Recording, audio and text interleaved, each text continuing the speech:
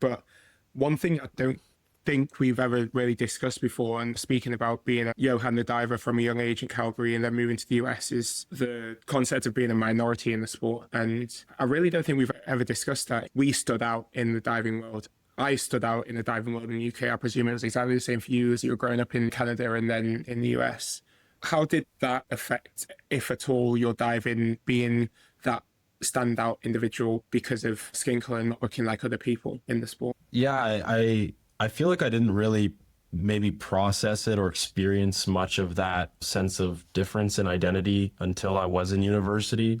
I could have told you when I was in high school or earlier that there weren't a lot of people like that looked like me on the pool deck, but it didn't carry much weight because at the end of the day, you're just a bunch of kids working towards something really big. And and that changed a bit when I went to university, of course, because not only did we have swimming and diving there, but we had, 8 or 10 or more other sports at the school that had men's teams that were far more diverse than swimming and diving, which was, a majority white, of course. And that had me curious about what it means to be a diver that looks the way I am and is unlike, a lot of the swimmers and divers that were on the team. But I feel like it just gave me the chance to kind of connect with more people outside of just my own sport as well and see how they carried themselves in environments where they were the minority.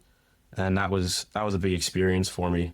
Also, it's the way like Yona phrased that question as well, because I also realized in thinking about this recording that I've also never actually had the conversation with Yona about like that feeling, that same question actually. And I realized that I always saw Yona as like one of the boys, you talk about being a young kid, just going towards a goal. It was like, that was the way I viewed Yona. And I don't know if that's innocence or whatever, but I just totally felt like we were all just in the same group doing the same thing. But I never really considered what it would be like from Yona's side, from your side, Yohan, and then to make that decision to represent Jamaica. I mean, Yohan, was that difficult? But also, I guess I open this up to you as well, Yona, but was it difficult? Obviously, it's an amazing opportunity, but being Canadian-born, lived in Canada, and Yona's the same for you, being UK-born, lived in the UK, and then taking that step through your heritage to represent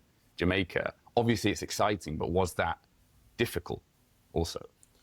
I think that kind of starts with how I felt in university, because like the reason I started thinking about that topic more was because of all the history around it in the United States. Like previous, and especially in the South, in the times of segregation, people that looked like me and Yona weren't allowed to swim in pools or certain pools or most pools. And that's part of the culture that prevented a lot of people looking like us going into those sports, and that has carried down generations. So that was kind of the first like touch I'd felt with it. But at Northwestern, being, modern day, it was a chance for me to stand against that legacy. So I was quite proud, not the fact of just being the looking the way that I do, but for the chance to be that a person that can show that this can be a part of whoever's culture it is.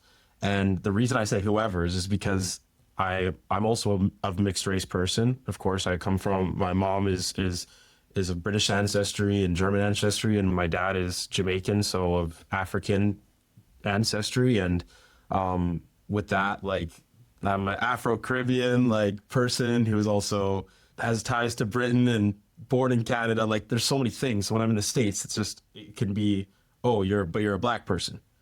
Or if I'm in Jamaica, they could say, oh, well, you're Canadian because you have the accent. So you're always walking the lines with these identities. And that's, I guess, why my perspectives of those things and the role that I have to fill to do something positive changes depending where I am. So with Jamaica, it was this chance to show that people who are Jamaican or who were born in another country but have ties to Jamaica and have their citizenship can essentially make waves in the sport without making waves. Right? Oh, that's the goal, right? But that's a really well articulated answer and describes so many perspectives of what we're talking about. Because from my perspective, it actually took some time to really embrace that particular identity because, as Freddie said, I did actually just feel like one of the boys. I never felt like I was treated different. And it's a question that I've had quite a lot in terms of my progression in diving. Did I ever feel like that was hampered because of my race? Did I ever feel that there were subconscious biases put towards me because of what I looked like or being the minority in a particular group? And I honestly never did. I truly never did. But I don't know what's going on in people's heads. You know, that subconscious bias could be the difference between a judge giving me a 6 and a 7. The execution of my dive could be exactly the same as Freddie's, but just because I'm not what they're used to seeing, they might just go slightly lower. I don't know. It never felt like something I should even think about or even consider. But there became a time where I realized it was a strength and it was a power. And it was around the time that I decided to represent Jamaica as well. I realized it was a real strength to me to be that standout, be that difference in a room of just the same. And I really tried to embrace that. And the way that I carried myself internationally was really embracing it. I love wearing this tracksuit. I love wearing these bright colors. Because if I'm already going to stand out, I might as well stand out more, but stand out for really good reasons, hopefully. That's what I really tried to do. And I think it helped me understand who I was a little bit more. I don't know if you would agree with that. Yeah, I would agree with that. Like it's kind of like I said, there's this portion of this journey, especially with Jamaica, that was getting in touch with myself. But then the other part that was more out like, what can I do for others? What is this doing for the world? You know, and there were times where I'd had people who were, like I said, big and tall divers that like looked like us that would reach out and, you know, cheer me on. And just knowing that had an impact on them in the same way that Yona's diving had an impact on me before I even met him shows that there's something bigger to all of this. And, you know, on the point of you're saying like about the judging, I mean, it's possible, of course, that someone is literally seeing you differently. But there's even minute details that we have no control of that are. And one example of that was I was told at some point that, you know, a possibility with my diving was that because the soles of our feet are white, it makes our toe point look worse. Right. And so that's like a physical thing. You can't even attribute that to racism. That's just plain physical bias that, oh, well, because their feet are more apparent and because we're big dudes, it would literally appear as though their feet are less pointed, and that could lead to a point deduction on a dive, right? So even things that aren't literally part of some sort of systemic issue can even still have effects in a sport that's especially subjective. Yeah, I suppose you touched on it a little bit, but it's only, you can only control the things that you can control. And it kind of seems like both of you took that mindset. But I also just remember, again, like from Yona's point of view, this is not speaking about the judges, but like talking about people in the UK, my friends, for example. Like, I wasn't their favorite diver. Yona was. He was the one that they all wanted to watch, like not me. And so I think it's so powerful that obviously Yona recognized that as a strength because it was. And I think a lot of people saw it in that way. But just on identity a little bit more, right, Yohan, because to me, again, doing the research from this, I'm looking at a few things. Obviously, we've talked about diving a lot, and then there's bobsleigh. But of course, there's Canada, there's Jamaica, there's UK, there's Germany, there's Africa, there's athlete, there's neuroscience, med school, photography. That's a lot of stuff. And then again, the way you were talking earlier, that actually sounds to me like maybe you see that as a strength. Like your identity is like whatever it needs to be in the moment to fulfill your kind of purpose. And there's so many things here. So is that true? And I just find it so interesting that there's all these different threads woven together. No, I really appreciate that.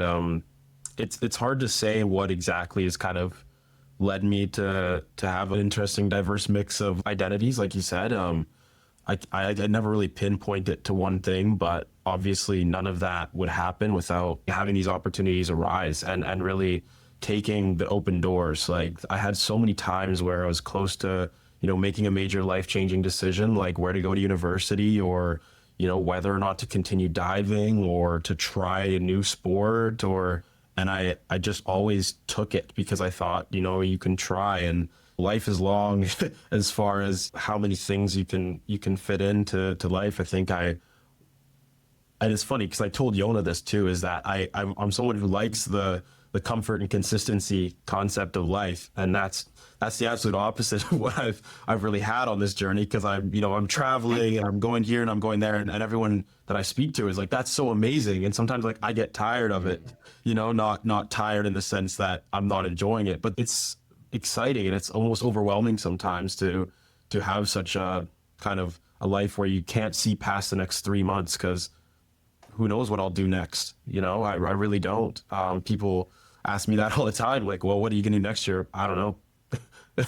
But that's maybe part of the exciting point. And I actually had a friend tell me this the other day, and it stuck with me, but it was, if you ask your younger self and you ask your older self, what do you think of what I'm doing right now? And they both would be proud of you or excited for you, then you're on a path that works. And realistically, when I think about all these kind of major phases of my life that I've gone through as a photographer and as a student and as an athlete, those are all things that I'd say the younger and older version of myself would approve of. So I'm going to keep going with that and experiencing things as they come, because it's exciting to do it.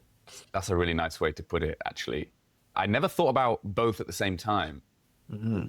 Like younger and older self. I'd always thought, like, would the young version of you align with that dream? Or like, would you on your deathbed think that was a time well spent? But both at the same time is actually even more focusing. That's really cool.